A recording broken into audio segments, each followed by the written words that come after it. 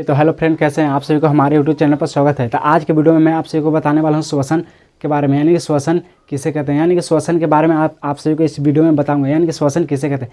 तो यानी कि श्वसन किसे कहते हैं, तो देखिएगा, ध्यान दीजिएगा कि सांस लेने और छोड़ने की प्रक्रिया को श्वसन कहते हैं। सांस लेने और छोड़ने की प्रक्रिया को श्वसन कहते हैं।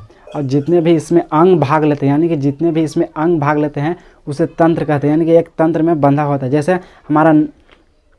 जैसे हमारा नाक, ये हमारे श्वसन तंत्र का अंग है, श्वसन तंत्र का अंग है। अब देखिए यहाँ पे देख दिया है ऑक्सीकरण। ऑक्सीकरण क्या है, यानी कि ऑक्सीकरण श्वसन की क्रिया मुख्य रूप से श्वसन को अंदर या बाहर करता है, तो इसे ऑक्सीकरण कहते हैं। ऑक्सीकरण कहते हैं यानी श्वसन तंत्र के कारण ही। अगला नंबर है कि श्वसन तंत्र के कारण ही हमारा शरीर में ऊर्जा का निर्माण होता है। यानी श्वसन, सांस को हम लेते और छोड़ते हैं तो इसी के कारण हमारे शरीर में ऊर्जा का निर्माण होता है तथा हमारा शरीर गर्म रहता है, यानी ऊष्मा देता है, यानी ऊष्मा यानी गर्म रहता है। दूसरा कारण है हमारा शरीर को गर्म होने का, यानी कि ब्लड सर्कुलेशन। हमारे शरीर में ब्लड यहाँ से वहाँ जाते रहता है, जिसके कारण भी हमारा शरीर गर्म रहता है। अगला है उपापच, यानी उपापच को इंग्लिश में कैटेबोलिक भी कहते हैं। यानी उपापच क्या है, यानी कि ये हमारे शरीर के श्वास यानी श्वसन तंत्र में हमारे श्वास को तोड़ देता है, यानी कि तोड़ देता है, उसे कैटेबोलिक कहते हैं। अब यहाँ पे देखते हैं, इतना तो आपको समझ में आ गया। तो अब देखते हैं श्वसन अंग, यानी कि श्वसन अंग कौन जीव किससे आप श्वास लेता है। तो सबसे पहला में है स्तनधारी, यानी कि सबसे पहला नंबर है स्तनधारी। स्तनधारी का मतलब है कि वैसा जीव जो अपने बच्चे का दूध स्वयं पिला सके। स्तनधारी का मतलब है वैसा जीव जो अपने बच्चे का स्वयं दूध पिला सके। तो उसमें हम लोग आ जाएंगे। यानी कि हम लोग सांस किस तरह से लेते हैं। पहले तो बच्चा में हम लोग को पता था कि हम लोग सांस नाक से लेते हैं, तो मुंह से भी सांस लेते हैं। तो हम लोग को पता नहीं था कि हम लोग नाक से कि मुंह से लेते हैं। एक्चुअली में हम लोग सांस फेफड़ा से लेते हैं, ना नाक से ना मुंह से। हम लोग सांस फेफड़ा से लेते हैं। ये नाक है जो हमारे सांस को अंदर ले जाता है, यानी कि सांस ले जाने वाली नली है, एक नाक है। सांस को ले जाने वाली अंदर नली है जो वो नाक है या मुंह है। असली सांस तो हमारा फेफड़ा लेता है।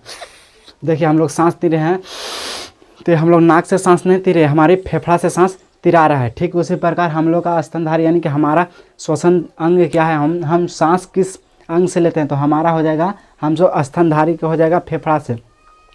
दूसरा नंबर में है, यानी दूसरा नंबर में कीट पतंग, यानी कीट पतंग कीड़े मकोड़े किस चीज़ से सांस लेते हैं। यानी कि कीट पतंग तो उनका हो जाएगा श्वास नली, यहाँ पे उनका श्वास नली होता है, वो वहीं से सांस लेते हैं, यहाँ से कीट पतंग सांस लेते हैं। और तीसरा में है जलीय जीव।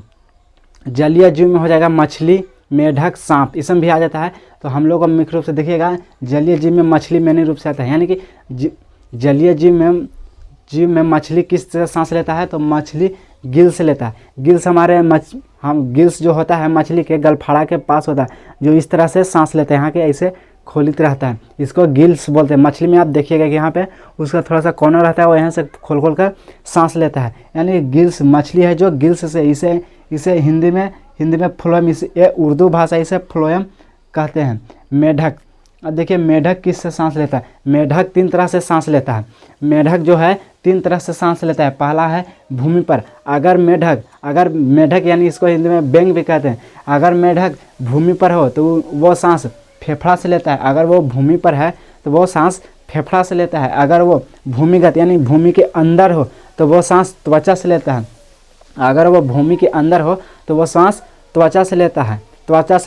और तीसरा नंबर में है टेडपोल। टेडपोल का मतलब है कि बैंग यानी मेढक का छोटा रूप, जिसको हम लोग बैंग मछली समझते हैं, बैंग मछली कहते हैं, वो सांस लेता है किससे, गिल्स से।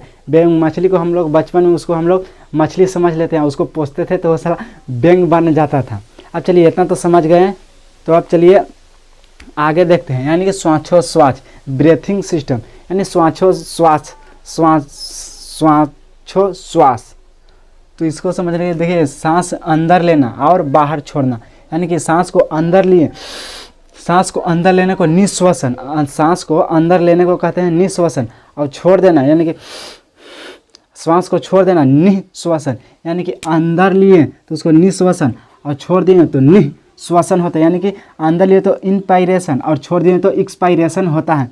तो देखिए यहाँ पे हम लोग का पूछा जाएगा कि श्वसन की क्रिया में, एक तो क्वेश्चन ये तो आप सभी को पहले से पता होगा कि हमारे वायुमंडल में नाइट्रोजन कितना परसेंट है, ऑक्सीजन कितना परसेंट है और कार्बन कितना परसेंट है।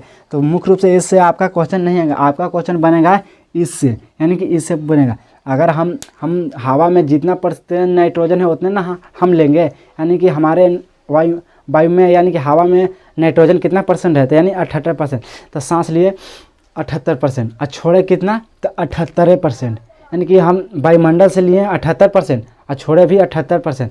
और दूसरा में देखिएगा ऑक्सीजन लिए कितना परसेंट, ऑक्सीजन वायु में कितना 21%, तो 21% लिए और छोड़े कितना 17%, सॉरी छोड़े कितना 17%, यानी कि ऑक्सीजन में निश्वसन यानी सांस लिए वायु से, हम वायु को लिए कितना 21% और छोड़े कितना 17%। अब यहाँ पे देखिए कार्बन हमारे वायुमंडल में कितना परसेंट है, यानी कि 0.03% है। हमारे वायुमंडल में जो कार्बन है जो कितना परसेंट है, 0.03%। और हम इसको छोड़े लिए कितना 0.03% और छोड़े कितना 4%। तो कितना का अंतर है, यानी कि 4 का अंतर है। तो ये 4 कहाँ गया, तो इसके लिए हम अगले वीडियो में आप सभी को बताएंगे। अगर ये वीडियो आप सभी को अच्छा लगे तो हमारे चैनल को लाइक और सब्सक्राइब